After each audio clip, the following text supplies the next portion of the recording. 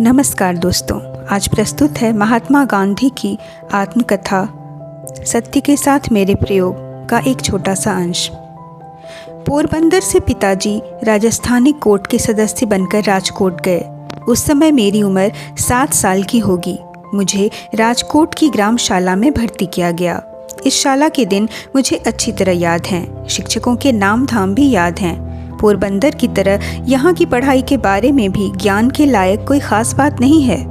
मैं मुश्किल से साधारण श्रेणी का विद्यार्थी रहा होऊंगा। ग्रामशाला से उपनगर की शाला में और वहाँ से हाई स्कूल में। यहाँ तक पहुँचने में मेरा 12वां वर्ष बीत गया। मुझे याद नहीं पड़ता कि इस बीच मैंने किसी भी समय शिक्षकों को धोखा दिया हो, ना तब तक किसी को मित्र बनाने का स्मरण है। मैं बहुत ही शर्मीला लड़का था।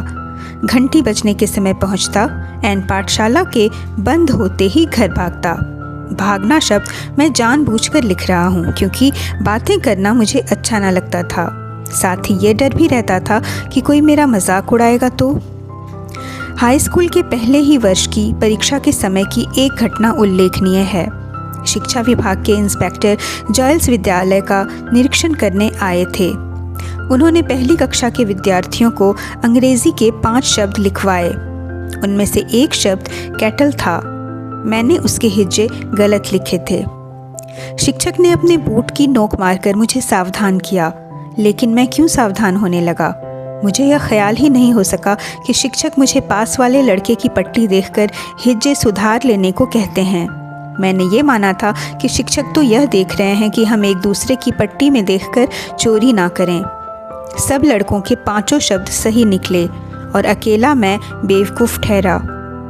शिक्षक ने मुझे मेरी बेवकूफ़ी बाद में समझाई, लेकिन मेरे मन पर कोई असर ना हुआ।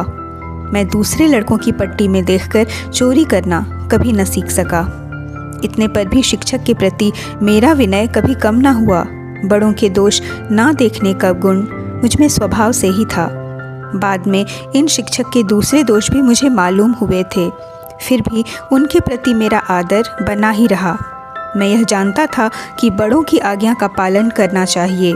वे जो कहें सो करना, उसके काजी न बनना। इसी समय के 2 और प्रसंग मुझे हमेशा याद रहे हैं। साधारणतः पाठशाला की पुस्तकों को छोड़कर और कुछ पढ़ने का मुझे शौक नहीं था। सबक याद करना चाहिए, उलाहना सहा नहीं जाता। शिक्षक को धोखा देना ठीक नहीं, इसलिए मैं पाठ याद करता था, लेकिन मन अलसा जाता। इससे अक्सर सबक कच्चा रह जाता। ऐसी हालत में दूसरी कोई चीज़ पढ़ने की इच्छा क्यों कर होती? किंतु पिताजी की खरीदी हुई एक पुस्तक पर मेरी दृष्टि पड़ी। नाम था श्रवण पितृभक्ति नाटक। मेरी इच्छा उसे पढ़ने की हुई और मैं उसे बड़े चाव के साथ पढ़ गया। उन्हीं दिनों शीशे में चित्र दिखाने वाले भी घर घर आते थे। उनके पास भी श्रवण का वह दृश्य भी देखा जिसमें वह अपने माता पिता को कांवर में बैठाकर यात्रा पर ले जाता है। दोनों चीज़ों का मुझ पर गहरा प्रभाव पड़ा। मन में इच्छा होती कि मुझे भी श्रवण के समान बनना चाहिए। श्रवण की मृत्यु पर उसके माता पिता का विलाप मुझे आज भी याद है।